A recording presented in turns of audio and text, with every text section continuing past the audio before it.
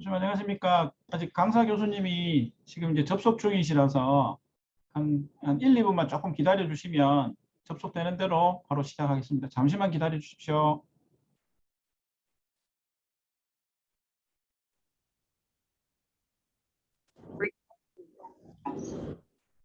교수님도 안녕하십니까? 네, 하셨네. 반갑습니다. 안녕하십니까? 오늘 세미나 사회를 맡은 고신대 장기이식 연구소 소장 신호식입니다. 대학은 기독교 대학이어서 제가 잠시 하나님께 기도드리고 오늘 10차 정기 세미나를 진행하도록 하겠습니다. 짧게 하겠습니다. 사랑이 많으신 하나님 아버지, 연구할 수 있는 자리에 저희를 세워주셔서 감사합니다. 오늘은 장기식 연구소 제10차 정기 세미나를 개최합니다. 하나님과 이웃을 잘 섬기는 연구자 교수님들이 되게 하시고 장기 부전으로 힘들어하는 우리 환자들을 위해서 최선을 다해 연구하기를 기도합니다. 오늘은 NGS 이후의 새로운 분석 기술에 대해서 공부합니다. 강의하시는 교수님께 학자의 깁스를 허락해 주셔서 잘 강의하게 도와주시고 학자의 길을 허락해 주셔서 잘 이해할 수 있도록 도와주십시오. 예수님 이름으로 기도드립니다. 아멘. 예, 반갑습니다. 안녕하십니까? 저희가 보통 2개월에 한 번씩 이렇게 개최하게 되는데 이번에는 특별한 이벤트도 특별한 강좌가 있어서 당겨서 좀 하게 됐습니다. 먼저 10차 정기 세미나를 개최하게 하신 하나님께 감사드리고 또 강의를 맡아주신 서울의대 김현재 교수님 또 참석해 주신 원내외 특별히 부울경 대구 경북 신장지회 선생님들과 특별히 연구관사로 수고해 주시는 또 문영환 교수님 또 성화인 교수님께 감사의 말씀드립니다. 오늘은 김현재 교수님께서 NGS 싱글셀 지노믹스 이후의 기술에 대해서 분석 강의를 해주실 거고 아마 좋은 기회가 되기를 바랍니다. 오늘은 김현재 교수님께서 발표해 주시고 제가 좌장을 맡아서 진행할 예정입니다. 먼저 김현재 교수님 양력을 간단히 소개해 드리겠습니다. 2007년에 서울의대를 졸업하셨고 그다음에 삼성서울병원 피부과에서 수련 받으시고 전문의를 받으셨습니다. 2017년도에 면역 관련해서 서울의대에서 박사학위를 받으셨고 지금 서울의대 유전 관련 연구소의 연구 부교수로 계시고 특별히 또 9월부터는 서울의대 미생물 면역학 교실 부교수로 또 앞으로 자리를 옮기셔서 많은 연구를 하실 예정입니다. 특별히 교수님께서는 제가 요즘 강의로 모신 스페셜 리저브드 트랜스크롭토미스 연구 관련해서 국내에서 유일하게 연구 페이퍼를 굉장히 많이 내시고 그래서 이식 관련해서 특별히 암 관련해서 페이퍼가 많긴 하지만 그 부분에 대해서 교수님께 강의해 주시겠습니다. 교수님 저 자료 공유하시면 됩니다. 하시고 시작하시면 되겠습니다. 예, 교수님들 잘 들리시나요? 예, 들립니다. 예, 시작하겠습니다. 예, 안녕하세요. 소개 감사드립니다. 지금 현재 소속은 서울대 의과대학 유전체 의학연구소 연구부교수로 있고요. 9월부터 제 전임교원으로 발령을 받았습니다. 오늘 제가 말씀드린 내용은 스페셜 트랜스크립토미스를 포함해서 조금 폭넓은 내용을 말씀드리고자 하는데요. 제가 백그라운드가 다른 연구자분들하고 좀 다른데 저도 그냥 임상을 했었습니다. 임상을 하고 처음에 5년 연구할 때는 좀 힘들었고요. 저 웹워크부터 시작을 했는데 면역학이 좋아서 시작을 했는데 되게 결과가 잘 안 나오더라고요. 그래서 열심히는 한다고 하는데 잘 안 나와서 되게 스스로에 대해서도 되게 좀 실망을 많이 했고 그러던 차에 이제 제가 2017년에 유학을 갈 기회가 있었는데 거기서 뭐 싱글셀 사이트 오프 스페셜 트랜스크립토미스 미국에서 시작할 때 좀 보고 들어왔습니다. 그래서 그런 다음에 다시 한국에 와서 보니까 삼성의 박웅양 교수님이 크게 하셔서 그 밑에서 조금 열심히 배웠고요. 제가 꼭 드리고자 하는 말씀은 이게 이제 누구나 하실 수 있습니다. 누구나 하실 수 있고 이게 임상이 저희가 다 바쁘시지 않습니까? 그래서 사실 연구에 시간을 내시기가 되게 어려워서 이게 능력의 문제가 아니라 시간의 문제거든요. 근데 이런 커머셜 플랫폼들은 그냥 조금 이제 연구비 따시고 이렇게 프로파일링 해보시고 그러면 누구나 혼자 또는 몇 명의 학생들과 하실 수 있는 거라서 꼭 다들 많이 하셨으면 좋겠습니다. 그래서 뭐 이렇게 되어 있습니다. 저희가 DNA, RNA, 프로틴에서 바이올로직 인포메이션이 나온다는 건 잘 알고 있고 바이올로직 프로세스는 사실 프로틴 인터랙션으로 결정이 되고 이 프로틴은 mRNA에서부터 결정이 되고 mRNA의 전사는 DNA가 결정을 합니다. 근데 인류가 이제 뭐 DNA는 더블 스트랜드로 돼 있어서 몰레큘이 조금 스테이블한데요. 인류가 이제 DNA를 잘 읽어내는 기술은 한 30년 전부터 가지고 있었고, 그게 이제 NGS (Next Generation Sequencing으로) 그 굉장히 폭넓게 사용되었고 커머셜화되었고, 요새는 이제 30억 베이스페어 다 읽는데 한 사람의 1000불 이하.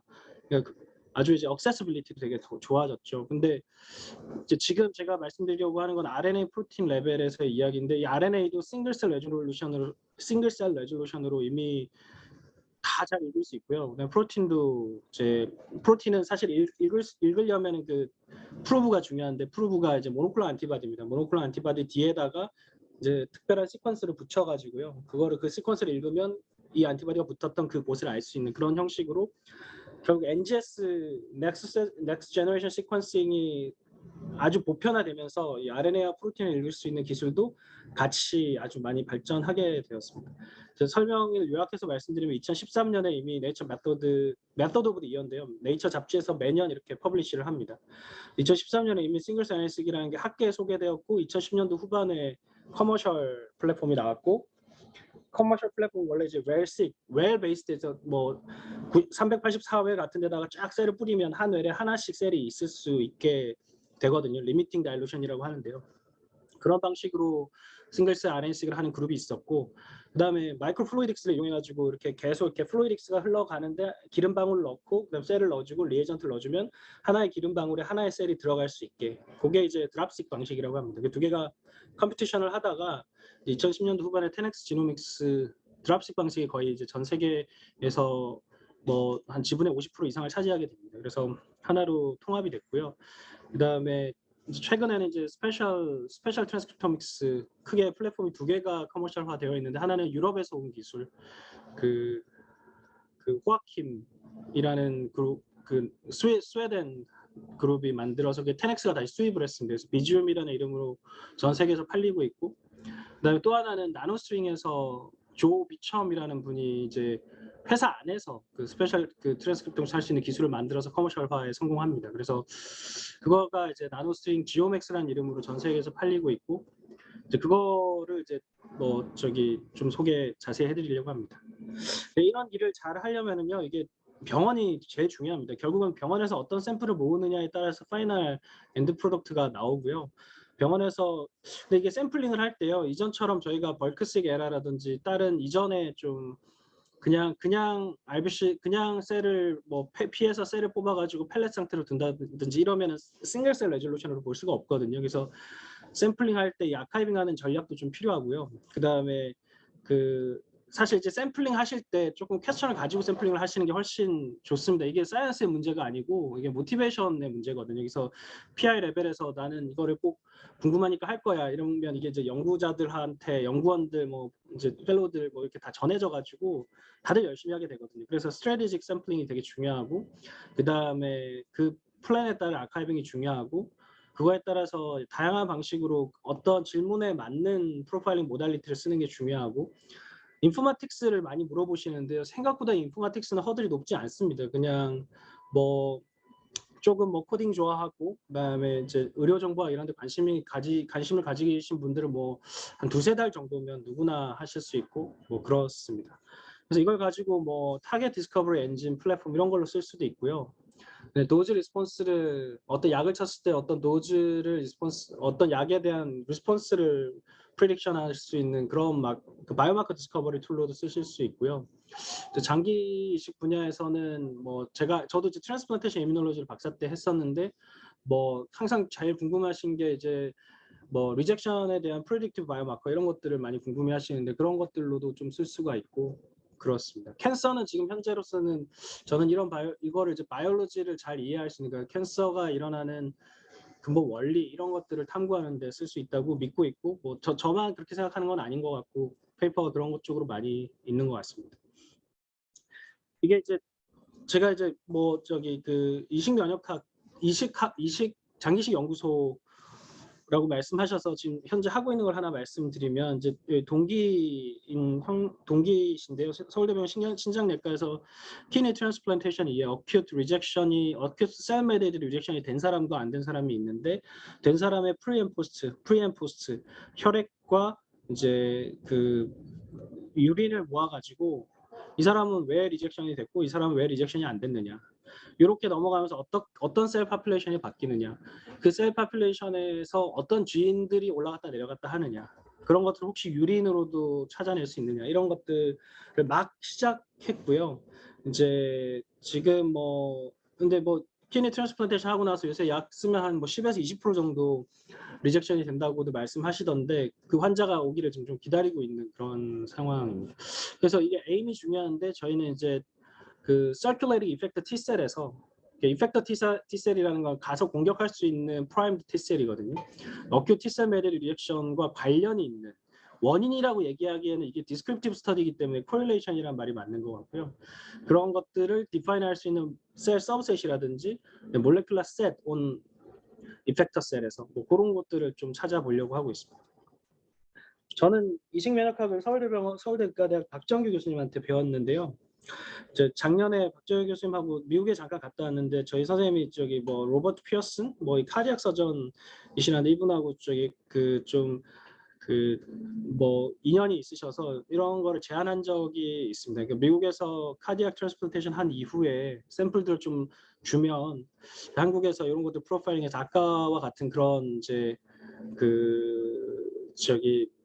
연구를 좀 해보고 싶다. 쉐이핑이 되지는 않았는데 이런 걸 제안 드린 적이 있습니다. 그때는 이제 이게 결국 진 익스프레션만 봐야 되는 게 아니라 DNA 레벨에서 에피지네틱스도 같이 보는 게 좋거든요. 근데 에피지네틱스를 볼 수 있는 커머셜 툴도 이미 나와 있습니다. 그래서 그런 것들도 다 가능하기 때문에 이런 것들 제안 드린 적이 있습니다. 그래서 그때는 이제 카디악 트랜스플란테이션 하고 나서 프리 앤 데이 7 그다음에 아주 롱텀하게 봤을 때 하나 둘 세 포인트 하나 둘 세 포인트 그렇게 해서 저희가 그때 이제 저희는 이제 조절 T세포에 관심이 많은 그룹이거든요. 이면 톨러런스에 관심이 있고 조절 T세포에 관심이 많고 트랜스플란테이션 하고 나서 난휴먼 프라이밍 모델인데 T렉을 잔뜩 오토로그스 T렉을 많이 불려가지고 넣어줬더니 좀 그래프트 서바이벌이 증가하더라고요. 그래서 분명히 T렉을 세라피틱 퍼포즈로도 쓸 수 있다 이렇게 생각을 하고 있고 T렉만 좀 솔팅해가지고서 좀 보면 좋지 않겠냐 그런 이야기를 한 적이 있습니다. 예를 하나 들어드리는 게 제일 좋을 것 같은데요. 캔서 말씀해달라고 하셔가지고 이런 걸로 제가 최근에 페이퍼를 한 사람에 대해서 냈는데요. 제가 2020년에 병원에서 진료를 보면서 피부과에 이렇게 rapid growing 노듈을 가지고 있는 환자가 왔습니다. 그래서 이 환자가 딱 보니까 캔서인데 뭔지 잘 모르겠더라고요. 그래서 바이옵시하고 병리과로 보내고 하나 더 바이옵시 해가지고 환자한테 컨펌 받고 동의받고 얼려둔 다음에 바로 싱글셀 아나리시스를 했습니다. 근데 이 환자가 최종적으로 ATL에 어덜트 T셀 류케미아 림포마 이게 HTLV라는 동아시아 특히 일본의 남부 쪽에 엔데믹으로 있는 그 바이러스에 의한 캔서로 이제 잘 알려져 있는데요. 그걸 파이널 다이그노시스 하는 데까지 한 3달 걸렸거든요. 근데 제가 싱글셀 하면서 한 2달 말쯤에 이게 ATL이라는 걸 알게 됐습니다. 사실은 이제 ATL을 싱글셀 RNA-seq으로 조금 자세히 보고 싶었고 그때 이제 싱글셀 RNA-seq을 하면은 어떤 T셀에 대한 클로날리티도 좀 볼 수가 있거든요. 그런 것도 확인해 볼 수 있었는데 이렇게 보시면 이제 싱글셀 RNA-seq을 해가지고 보면 이쪽이 다 T셀들이고 이쪽이 마크로파지고 이 조직에 있던 것 같아요. 파이브로블라스트, 페리사이트, 엔도텔리아 셀이 있는데요. 이게 여기 부분이 튜머더라고요. 여기 부분이 튜머였고 이게 이런 건 디스크립티브한 내용이고 여기 보시면 이게 점 하나하나가 다 같은 클론이거든요. 왜 T셀은 우리 사람 몸에 T셀이 5천억 개 정도 있는데요. 한 1억 종류의 T셀이 있습니다. 그래서 아무리 샘플링을 딱 했을 때 똑같은 T셀 2개가 나올 확률이 되게 적거든요. EBV 바이러스나 CMV 바이러스 스페시픽 T셀들은 계속 안에서 엔도지너스 리액티베이션 되면서 클론을 키워나가기 때문에 그게 전체 T셀이 한 0.1%에서 1% 정도 되고요. 대부분의 이제 T셀들은 다 다르게 생겼습니다. 특히 이제 CDR3 리전이 다른데 이거는 이제 튜머다 보니까 1921개가 다 똑같다는 거예요. 그다음에 이것도 333개가 똑같고 350개가 똑같습니다. 이게 10x에서 저희가 분석하면서 코를 3개를 다르게 줬지만 사실 이 3개가 같은 클론 이고요. 베타 체인을 보면 다 똑같거든요. 그래서 이게 다 튜머구나 이런 걸 알 수 있었습니다. 그래서 그 다음에 했던 일은 이 튜머에서 액티베이션된 이제 요거는 또 다른 얘기인데 튜머가 있고 튜머의 마이크로 엔바이러먼트가 있는데 튜머의 마이크로 엔바이러먼트에서 가장 중요한 게 마크로파지하고 파이브로블라스트하고 이면셀 중에 T셀 같은 것들일 텐데요. 캔서 어소시에이티드 파이브로블라스트를 자세히 좀 들여다봤더니 한 2종류로 나눠지더라고요. 하나는 VEGFR 하이, VEGFR 로. 이유는 미닝은 잘 모르겠습니다. 근데 그런 게 있다라는 걸 저희가 알게 돼서 이 캔서에서 이러한 종류의 파이브로블라스트가 있다라는 걸 언급한 사람이 없었기 때문에 이제 언급을 좀 했고요. 그다음에 제일 중요한 거는 이제 요것들이 다 아까 튜머셀이었는데 튜머셀에서 액티베이션 되는 시그널링 패스웨이를 보니까 FGFR related 패스웨이가 좀 액티베이션 돼 있었습니다. 이게 이 튜머의 전체 특성일 수도 있고요. 이 사람이 가지고 있는 이 튜머의 특성일 수도 있는데 뭐 합리적으로 이 튜머셀에서 FGFR related receptor kinase pathway가 액티베이션 돼 있으면 혹시나 이거를 블로킹할 수 있는 이미 약이 있으면 요걸 약을 뭐 여기 컨벤셔널 트리트먼트에다가 추가한다면 조금 더 튜머를 잘 잡을 수 있지 않겠나 이런 합리적인 생각을 할 수 있었습니다. 그래서 그런 거를 증명은 못했고요. 뭐 왜냐면 그 약을 줘서 그게 좋아지는지 봐야 되니까 증명은 못했지만 이제 그런 것들 서제션하면서 조그마한 페이퍼를 하나 정리를 할 수가 있었습니다. 그래서 이런 일들은 이제 저희 이렇게 진행을 했었고요. 그다음에 두 번째로는 이제 저기 헤드넥 캔서에서 이뮤 테라피를 하는데 요새 뭐 PD-1, PD-L1 액세스 블락헤드 되게 많고 제약사들이 CTLA4 블락헤드 같이 쓰려고 하나 봅니다. 근데 제가 원래 면역학을 했던 사람이라 팩스 다음 버전이 사이토프거든요. 그래서 미국에서 사이토프를 사실 더 열심히 하다 왔는데요. 사이토프를 하다 보니까 이것저것 좀 할 말들이 생겨서 여기저기 2019년, 20년에 임상 선생님들 쫓아다니면서 좀 샘플을 달라고 했었습니다. 근데 그때 제가 사이즈가 작아서 이렇게 좀 샘플을 주시지 않더라고요. 근데 이제 저희 뭐 이렇게 친분을 통해서 친구 와이프 분이 이제 저기 연대 종양내과에 계셨는데 연대 종양내과에서 헤드넥 캔서 샘플이 있고 PBMC가 있고 페어드 샘플이고 그러니까 프리 앤 포스트 샘플이고 한 군은 더발루마브 치고 다른 한 군은 더발루마브하고 그다음에 스텔라 블락헤드 같이 친 게 있는데 이게 저기 임상이 이렇게 그렇게 호전되지는 않는 것 같다고 하시더라고요. 아직 결론이 안 나왔지만 그러니까 두 개를 치면 더 좋을 것 같은데 왜 안 좋아지지? 뭐 이런 이제 궁금증이 있었고 그럼 사이토프를 좀 합시다라고 말씀드렸고 사이토프를 하면서 특히 이게 사이토프를 하면 뭐 이것저것 다 보자 이런 컨셉이 있고요. 하나의 셀 서브셋만 좀 집중해서 보자 이런 컨셉을 짤 수가 있는데 저는 이제 조절 T세포에 관심이 많았기 때문에 조절 T세포를 중심으로 봅시다 해서 패널 동의해 주셔서 패널을 그렇게 짰고요. 그래서 이제 한국에서는 사이토프를 제대로는 아니고 있긴 한데 이렇게 좀 규모가 작습니다. 그래서 비용이 너무 비싸더라고요. 그래서 제가 마운트 사이언스 보다 그랬기 때문에 거기에 막 부탁을 해가지고 저 인트라뮤럴 프라이스로 이제 사이토프로 프로파일링을 했습니다. 해서 이제 결과가 나왔고 그 결과를 이제 분석을 했죠. 이게 이제 제가 짰던 이제 Treg 패널인데요. 이렇게 이 하나의 세포에서 이런 걸 다 볼 수 있는 겁니다. 저희가 팩스 같은 걸 하면 하나의 세포에서 10개에서 12개 정도 마커, 좀 잘하시는 분들도 16개에서 18개 정도의 마커를 보시는데요. 이렇게 40개 정도의 마커를 보시면 두 가지가 가능합니다. 하나는 되게 레어 셀 서브셋을 디파인할 수 있고요. 두 번째로는 하나의 셀 서브셋에서 펑셔널 마커를 많이 붙이면 이 셀 서브셋이 어떤 펑셔널 어떤 체인지를 가 있는지를 추측할 수 있습니다. 그러니까 인사이트가 좀 생기게 되죠. 그래서 그렇게 좀 짰었고 뭐 이게 저기 결론만 말씀드리면 이렇게 해서 뭐 저기 클러스터링을 뭐 이렇게 하고 뭐 이게 보면 B 셀도 보이고 베소필도 보이고 이게 서큘레이팅 셀들입니다. 모노사이트도 보이고 이렇게 해서 뭐 이런 식의 아노테이션을 다 하고 그다음에 이게 Treg만 모은 건데요. Treg만 모아서 봤을 때 Treg이 다양한 종류의 이제 클러스터가 한 3-4개 정도가 나옵니다. 당연히 이제 저희가 조절 T세포라고 한 덩어리로 보지만 조절 T세포 안에도 당연히 엄청난 헤테로제네이티가 있을 거고요. 그거에 대해서 어떤 레졸루션으로 우리가 얘기하느냐에 따라서 다 다르게 얘기할 수 있는 다양한 종류의 이제 그 조절 T세포가 나온다 이렇게 말씀드릴 수가 있고 핵심은 이제 이렇게 싱글 블락헤이드하고 듀얼 블락헤이드 친 거를 이제 비교를 해봤더니 조절 T세포가 같이 따라 올라갑니다. 특히 싱글 블락헤이드 말고 듀얼 블락헤이드 쳤을 때요.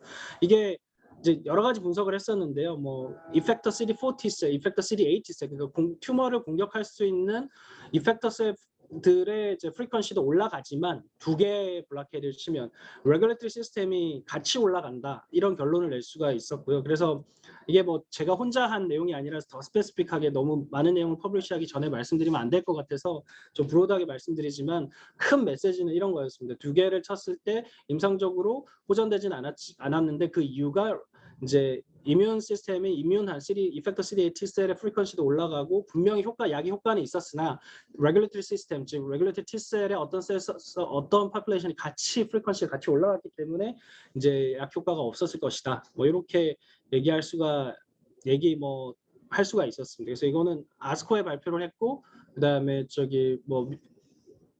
영국에서 좀 발표했고 곧 저기 그 연대 세브란스 종양내과 이름으로 퍼블리시가 될 내용입니다. 그리고 뭐 시간이 없으니까 이렇게 자료는 다 공유해 드리겠습니다. 그래서 요 이름 뭐 여기 김혜령 교수님이 샘플을 주셨고 저희 선생님 밑에서 제가 했고 이게 제가 마운트사이나이에서 저기 그 한국인인데요. 사이트 테크니션을 했던 친구를 제 학생으로 데리고 왔습니다. 그래서 같이 할 수가 있었고 마운트사이나이에 휴먼 이뮤 모니터링 코어라는 곳이 있는데요. 거기서 싱글셀 사이톱 같은 걸 하는데 이제 미리암 머레드가 제 포스닥 멘토 선생님 중에 한 분이셨습니다. 그래서 하고 거기에 이제 퍼실리티 디렉터로 승희 킴 선생님이 계셨고 이런 일들을 이제 이런 분들하고 해서 잘 정리가 됐습니다. 제일 이제 관심 있다고 하셨던 이제 스페셜 트랜스크립토믹스를 말씀드리면요. 아까 그 비지움 플랫폼이 있는데 비지움 플랫폼도 제가 여러 개를 해봤는데요.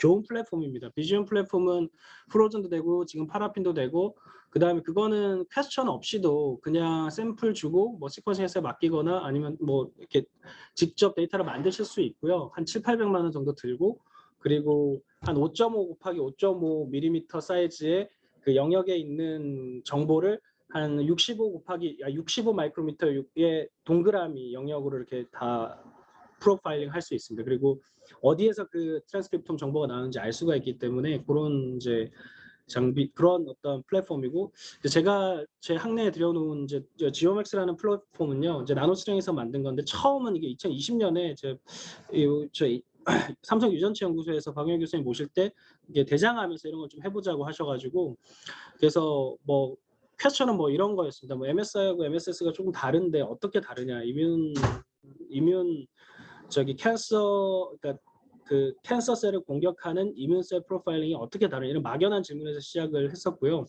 그 다음에 이게 뭐 한 케이스 한 케이스밖에 안 돼서 뭐 자세히 말씀드리기는 좀 어렵지만 이게 이제 튜머거든요. 이게 이제 초록색이 튜머고 이게 정상 조직이고 그 다음에 노란색은 이제 매크로페이지고 빨간색이 T셀이었습니다. 그래서 그때 제가 프로파일링 했던 메서드는 여기 보면 튜머 사이사이에 인필트레이션 하고 있는 빨간색 부분 그러니까 튜머 인필트레이팅, 튜머 스트로마에 인필트레이팅 하고 있는 인트라튜머럴 T셀들 그 다음에 튜머의 마진에 따라 들어오고 있는 웨이브 인 하고 있는 튜머들 그다음에 터셔드 림포이드 스트럭처에 있는 이제 T셀들 이런 것들이 MSI하고 MSS가 어떻게 다르냐 이렇게 이제 나눠서 생각을 좀 해봤고 이때 이제 그때 박우영 교수님 이제 신인철 교수님하고 디스커션 할 수 있는 시간을 주셔서 신인철 교수님 아이디어셨는데 이게 여기는 이뮨 핫하고 여기는 이뮨 콜드하니까 여기는 저기 그 이뮨 셀들의 인풋과 아웃풋이 굉장히 다이나믹하고 여기는 되게 스태틱하지 않겠느냐 그런 이제 말씀을 주셨는데 저도 되게 일리 있다고 생각을 했고요. 그걸 어떻게 증명할 수 있지 그냥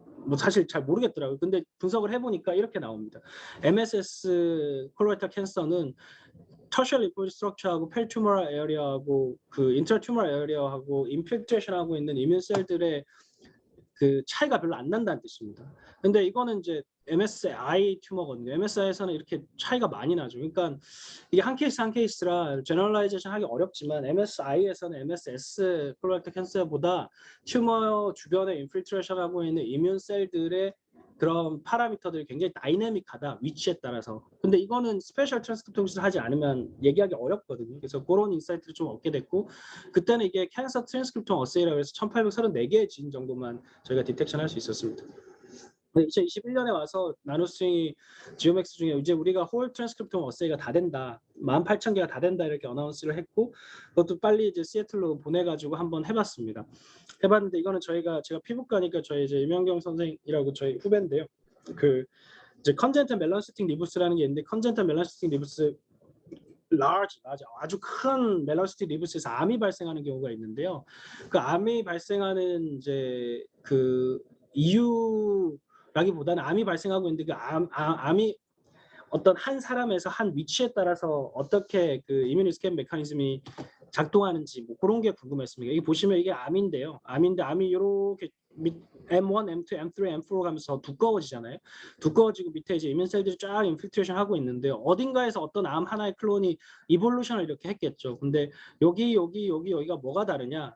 이게 봤더니 이제 MS 클래스 1이 쫙 떨어지 MS 클래스 1 릴레이드 진하고 MS 클래스 2가 떨어집니다. 그러니까 이게 저희가 머릿속으로 알고 있는 내용인데요. 캔서의 이뮨 이스케이프 메커니즘 중에 하나가 캔서 셀이 이볼루션 하면서 MS 클래스 1이 somehow 떨어지고 그 스토캐스티컬리 somehow 떨어진 그 클론이 프리퍼레셔널하게 살아남은 거죠. 이뮨셀 어택을 안 받으니까 그런 것 그렇게 합리적으로 추측할 수 있었습니다. 그래서 이거를 이제 페이퍼를 냈더니 뭐 한 케이스니까 또 뭐 제너럴라이즈 할 수 없다 그래서 아주 좋은 페이퍼에는 못 냈고요. 조그마한 페이퍼에 하나 정리를 했습니다. 지오맥스를 하시다 보면은 이제 이런 것들이 다 가능한데요. 뭐 동그라미 네모 이렇게 쳐가지고 이렇게 여기나 프로파일링 할래, 여기 프로파일링 이런 거를 이제 지오메트리 프로파일링 메소드라고 하고요. 그리고 세그멘트 프로파일링은 아까 제가 여기서 했던 프로파일링 메소드인데 여기서 보면 초록색을 제외한 빨간 부분만 내가 할래.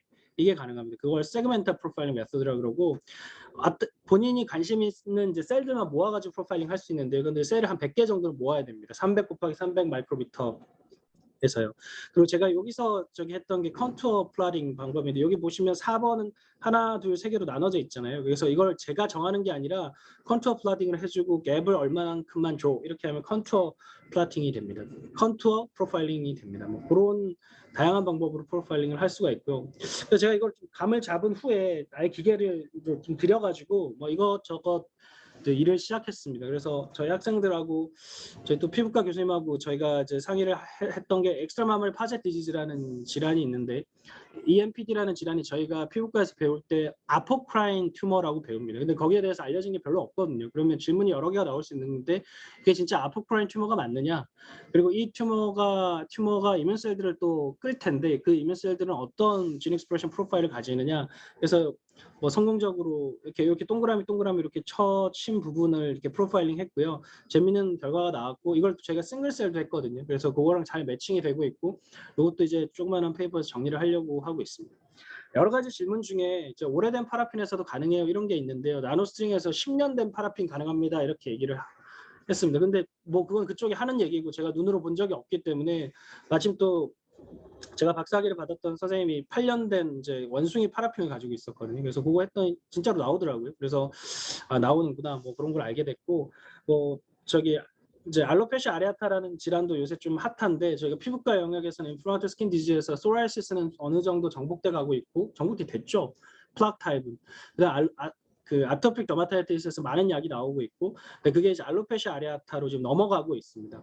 근데 제가 그 포스닥 멘토 선생님이 이제 알로페시아 아레아타에 관심이 많으셔서 그 다다음 주에 콜라보레이션을 하러 제가 미국에 가는데 뭐 알로페시아 아레아타에는 이렇게 되어 있습니다. 어떤 사람들은 알로페시아 아레아타 환자들 중에 Th2 블라케이드 뉴필루맵이라는 약을 치면 어떤 서브타입 환자들은 좀 좋아집니다. 이유를 잘 몰라요. 근데 뭐 그런 거겠죠. 이게 결국은 알로페시아 아레아타의 헤어 벌브가 이제 이뮨셀들의 어택을 받는 건데 얘네들이 Th2 이뮨셀 시그니처를 가지고 있으면 아마도 이제 그거에 블라케이드를 치면 얘네들이 일을 잘 못할 테니까 뭐 어떻게 좀 덜 되겠죠. 뭐 그런 식으로 합리적으로 추측할 수가 있고 아직 전혀 알려진 게 없기 때문에 헤어벌브에 인필트레이션 하고 있는 이뮨셀들을 잘 프로파일링해서 이 질환을 몰레큘러하게 잘 다이섹션 해보자 이런 퀘스천과 모티베이션을 가지고 일을 진행하고 있습니다. 하이드로아이틱 서포티브는 헤어 폴리클 디지즈인데요. 여기서 질문은 그런 겁니다. 이게 아주 드물긴 한데요. 헤어 폴리클 안에 염증이 생기면서 막 커지고 이게 레졸루션이 안 되는 환자들이 있거든요. 흑인에서 많이 생기고 담배 피면 좀 좋아진다고 돼 있고 뚱뚱한 사람한테 많이 생기는데요. 미국에 좀 더 많고 한국에는 많지는 않은데 피부과에서 많이 옵니다. 근데 이게 치료가 안 되거든요. TNF 알파 블라케이드 치면 한 50% 정도 좀 좋아진다고 돼 있는데 그게 치료가 안 돼요. 그래서 근데 그때 이제 그 바이올로지컬 퀘스천은 뭐였냐면 이게 그러면 하이드라이트 서포티바가 생기면 이게 사이너스 트랙이라 그래가지고 이 피부 안쪽에 저기 이렇게 굴이 생기거든요. 이 굴을 라이닝하고 있는 에피셀리아 셀 자체가 인플라마토리 사이토카인을 내지 않겠느냐. 근데 그거는 증명을 저기 그 스페셜 트랜스포터스밖에 할 수가 없거든요. 그래서 여기가 이게 정확히 사이너스 트랙은 아닌데 사이너스 트랙을 에 해당하는 에피셀리아 셀을 이렇게 프로파일링하고 그냥 정상인 에피셀리아 셀을 프로파일링 해가지고 좀 차이를 보겠다. 뭐 이런 걸로 지금 진행이 많이 되어 있습니다. 헤파토셀러 카시노마는 이제 제 친구 분당 서울대병원 친구와 같이 하고 있는데 여기도 헤파토셀러 카시노마에 이뮨셀 인필트레이트가 있는데 이게 뭐 저는 잘 모릅니다만 이뮨세라피에 듣는 사람이 있고 안 듣는 사람이 있고 그런데 거기에 이제 캔서셀에 인필트레이션 하고 있는 이뮨셀들을 일단 좀 프로파일링 해가지고 환자를 스트래티피케이션 해보자. 그래서 스몰 스케일로 이거 지금 막 그걸 했었습니다. 그리고 조금 이제 PhD 도메인의 스터디도 좀 하고 있는데요. 이거는 생어랑 같이 하고 있는 프로젝트고 휴먼 사이머스 한 20개를 모아가지고요. 이게 휴먼 사이머스는 T셀이 디벨롭먼트하는 이제 프라이머리 림포이드 오간, 그러니까 세컨더리 림포이드 오간인데 T셀이 프라이머리 림포이드 오간인데 T셀 머추레이션 되는 곳인데 여기서 여러 가지 이제 그 질문들이 있습니다. 질문들이 있는데 제가 개인적으로 가진 질문은 왜 어떤 셀은 T렉이 되고 어떤 셀은 그냥 T렉이 안 되는가 그게 궁금한데요. 이제 그것만 할 수는 없어서 좀 여러 가지 것들을 좀 해보고 있습니다. 그리고 저희가 이제 아토피 피부염하고 소라이시스가 두 개가 아토피 피부염 Th2 디지즈, 소라이시스는 Th17 셀 디지즈 이렇게 되어 있고, 근데 중간 영역이 좀 있어요. 중간 영역 이게 무슨 아토피 같은 그러니까 소라이시스는 안 가렵고 아토피는 가렵다고 되어 있는데 소라이시스 같은데 가렵고 아토피 같은데 이렇게 딱 경계가 명확하고 이런 질환들이 있거든요. 이걸 서양에서는 에이시안 에토픽 더마타이티스라고 부르고 에이시안 에토픽 더마타이티스는 Th17 셀 피노타입이 나온다. 즉 소라이시스의 몰레큘러 피노타입이 나온다 이렇게 정리를 하셨는데요. 뭐 저희 멘토 선생님께서 근데 한국 의사 선생님들 좀 다르게 생각하세요. 아니 좀 새로운 엔티티가 있는 거 같고 그걸 Th2 소라이시스라고 이름 붙이자. 그래서 그러니까 아주 표준적인 아토피 더마타이티스하고 표준적인 소라이시스하고를 쫙 에피텔리아셀하고 이민셀을 프로파일링하고 중간 영역을 프로파일링해서 이거 중간 정도의 몰레큘러 피노타입을 보인다. 뭐 이런 것들을 좀 정리를 하려고 하고 있고요. 그걸 뭐 이제 한 센터스로 줄이면 Spatial Molecular Diagnosis of Something이라고 저는 생각을 합니다. 또 피부과에서 펜피구스 불가리스, 빌로스 펜피고이드 이렇게 두 가지 질환이 있는데 둘 다 묻집이 생기는 질환인데 빌로스 펜피고이드만 에오지노필 인필트레이션을 하거든요. 그럼 왜 에오지노필 인필트레이션 하느냐 그런 것들이 궁금하고 그것도 이제 진행을 하고 있습니다. 이게 나노스팅 톡에서 제가 말씀드렸던 내용인데요. 작년 말쯤에 제가 인프라운트 스킨 디지즈 월드에서 제일 잘 나가는 제 멘토 선생님하고 멘토 선생님 남편분의 학회에 갔다 왔는데 스페셜 트랜스크립토닉스 나노스팅 플랫폼 이용하는 게 포스터가 딱 하나 있었습니다. 그것보다 지금 저희가 속도가 좀 더 빨라서요.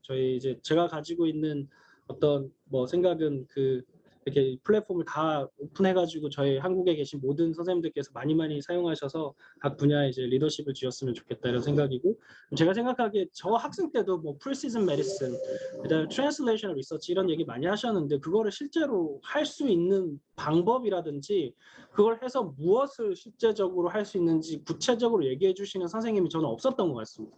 제가 학생이었던 때가 벌써 20년 전인데요. 근데 지금은 이미 그런 것들을 제시하시는 분들이 굉장히 많고 그래서 이런 것들은 반드시 임상에서 해야 되거든요. 임상 의사 선생님들이 하지 않으시면 아무도 할 수가 없는 종류의 리서치라서 많은 분들이 꼭 관심을 가지고 해주셨으면 좋겠다 이런 생각을 가지고 있고요. 저는 9월부터 랩을 세팅을 해서 이제 저희 랩 이름을 랩 오브 인톨러런스라고 붙였고 저희 뭐 한 그룹이 지금 한 30명 정도 지금 됩니다.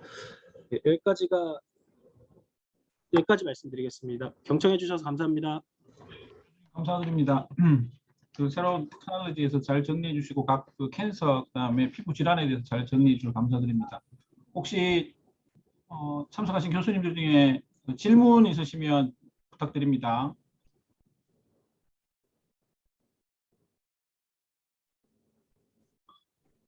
예, 제가 먼저 질문 하나 드리겠습니다. 아까 이 연구 테크닉의 장점이 결국은 파라핀 섹션을 사용할 수 있다고 하신 걸 아마 장점으로 알고 있습니다. 보면 최대 10년까지로 하는데 요즘 최근에 아마 8년 전까지 사용한다고 하셨는데 실제로 일반 조직 사용했을 때하고 파라핀 섹션 사용했을 때하고 결과가 좀 차이가 나는지 크게 차이가 없는지 그게 좀 궁금합니다.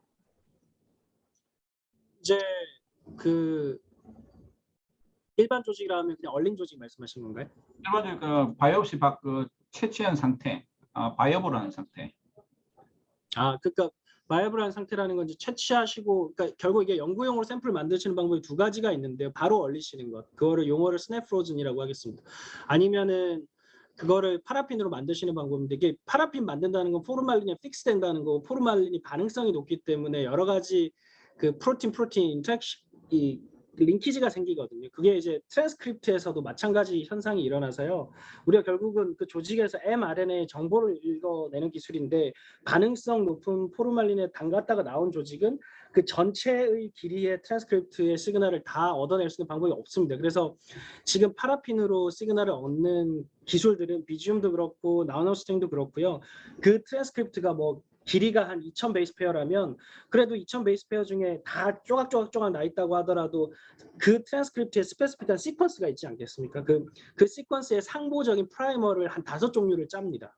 그래서 18,000개 유전자 중에 각 5개 프라이머를 다 짜가지고 갖다 붙이는 그런 거거든요. 그래서 이제는 제가 보기에는 파라핀으로 트랜스크립트를 읽을 수 없다라는 말은 이제 잘못된 말인 것 같고요. 이제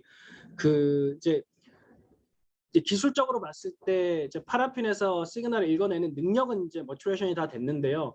얼마나 적은 양의 트랜스크립트를 읽어낼 수 있느냐가 기술이거든요. 그러니까 아까도 말씀드렸듯이 그 레어셀 프로파일링 같은 걸 하고 싶어 하시는 분들이 많은데 나노스트링에서는 한 100개 정도의 셀을 모아야지만 시그널이 나온다고 되어 있어요. 근데 하나의 세포에 조각조각 난 트랜스크립트가 뭐 한 1000개씩 있었다 그러면 1000개 곱하기 저기 뭐 100개, 그러니까 한 100만, 10만 개 정도의 가닥들이 있어야 이 기술이 거기서 시그널을 읽어낼 수 있다는 거거든요. 그래서 그런 것들을 조금 바이올로지컬리 고민해 보시면 되고, 예를 들어서 저희가 이제 RNA는 RNAs라는 게 있어서 땀, 그다음에 소화액, 그다음에 뭐 이런데 RNAs가 있거든요. 그래서 예를 들어 조직을 뭐 이렇게 얻으신 다음에 자꾸 뭐 손으로 주물주물 했다 그럼 계속 RNAs가 액티베이션 되고 RNA가 들어가가지고 다 트랜스크립트 잘라버리겠죠. 이제 그런 조직은 당연히 시그널이 많이 안 나올 거고 그렇습니다. 그래서 뭐 너무 이제 짧은 질문인데 길게 제가 너무 장황하게 설명을 드린 것 같은데요.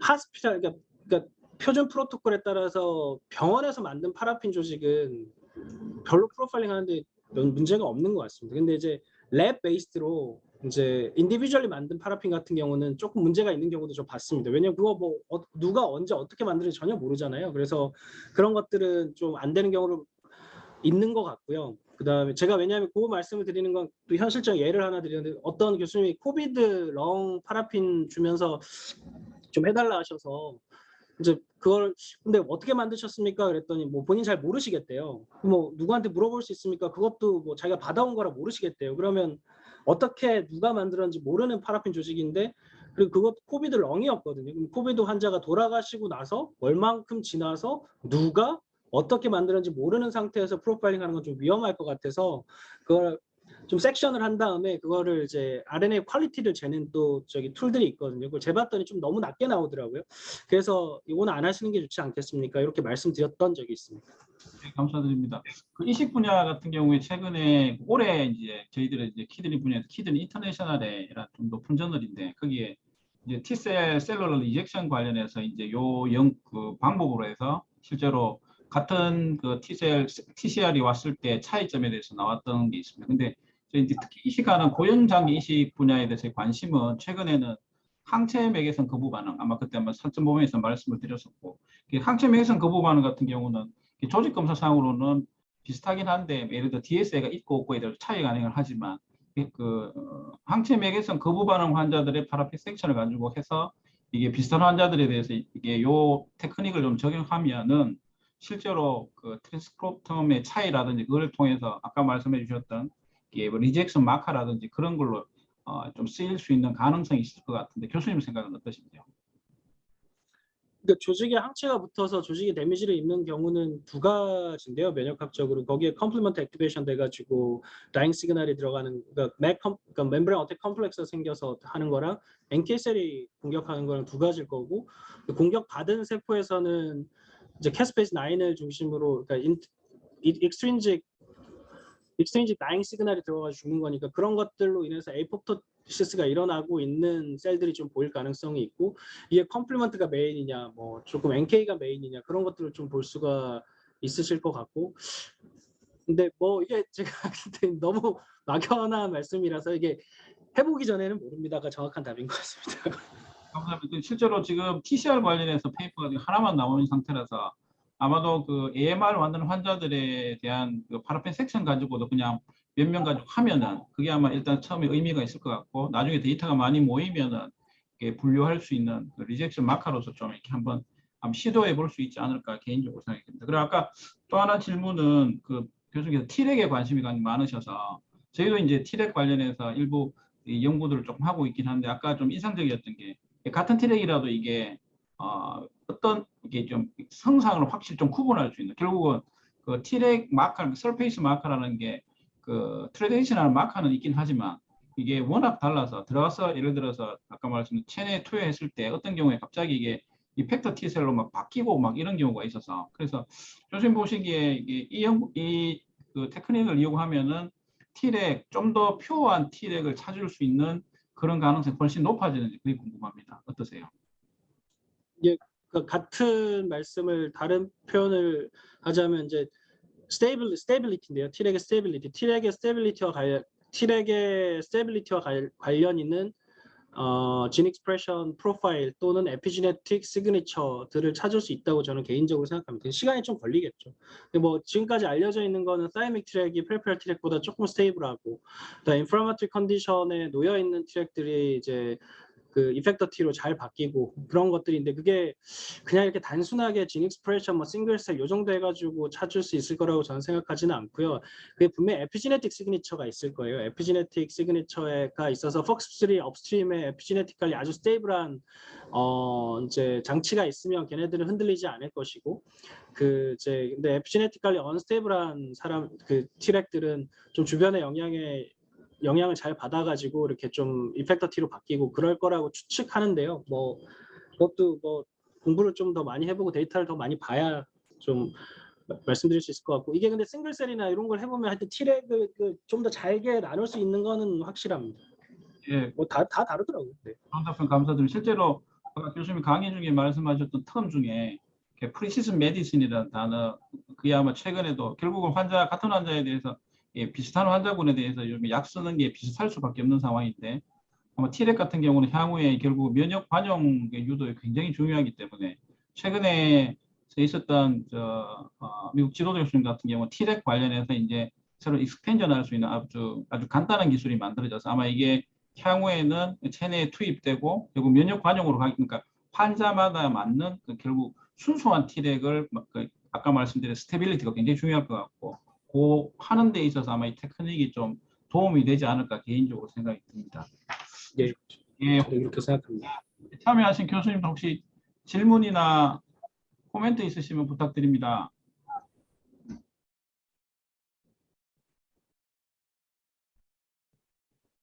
따로 교수님 마지막으로 그때 실제로 저희들 그때 제가 듣기에 그 파라핀 섹션이라 해야 되나, 한 슬라이드당 조직을 몇 개 놓고 최대 하면은 그게 들어갈 수 있는, 그러니까 검사할 수 있는 개수로 해야 됩니까? 그때 제가 설명을 들었는데 제가 잘 이해를 못해서 한 슬라이드에 검사할 수 있는 한 번만 더 설명해 주세요. 그냥 슬라이드고요. 슬라이드에 38.3mm 가로, 그다음에 약 18mm 다 정보가 있는데요. 그 38.3, 약 18 거기 이제 슬라이드 위에 몇 개의 섹션을 올리는지는 전혀 상관이 없고요.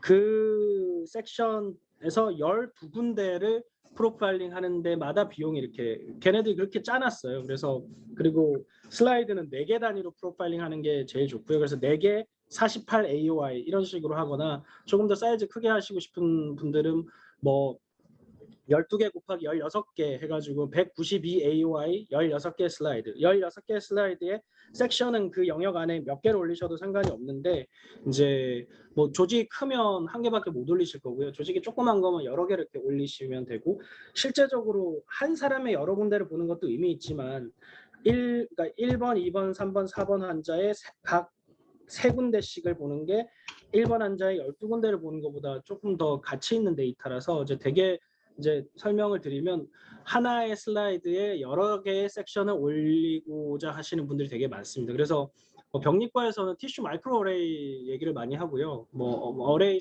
마이크로 어레이 조그맣게 해놓은 거를 쫙 올려놓고 해도 되고요. 그거는 이제 그 임상 교수님들하고 병리과 교수님들이 상의하셔가지고 결정하시면 됩니다. 비용은 그렇게 그 나노스팅이 짜놨습니다. 그래서 12군데 한 장 슬라이드. 네, 감사합니다. 혹시 다른 교수님들 질문 없으시면 제가 광고 하나 드리고 오늘 모임 마치도록 하겠습니다. 잠시 화면 공유하겠습니다.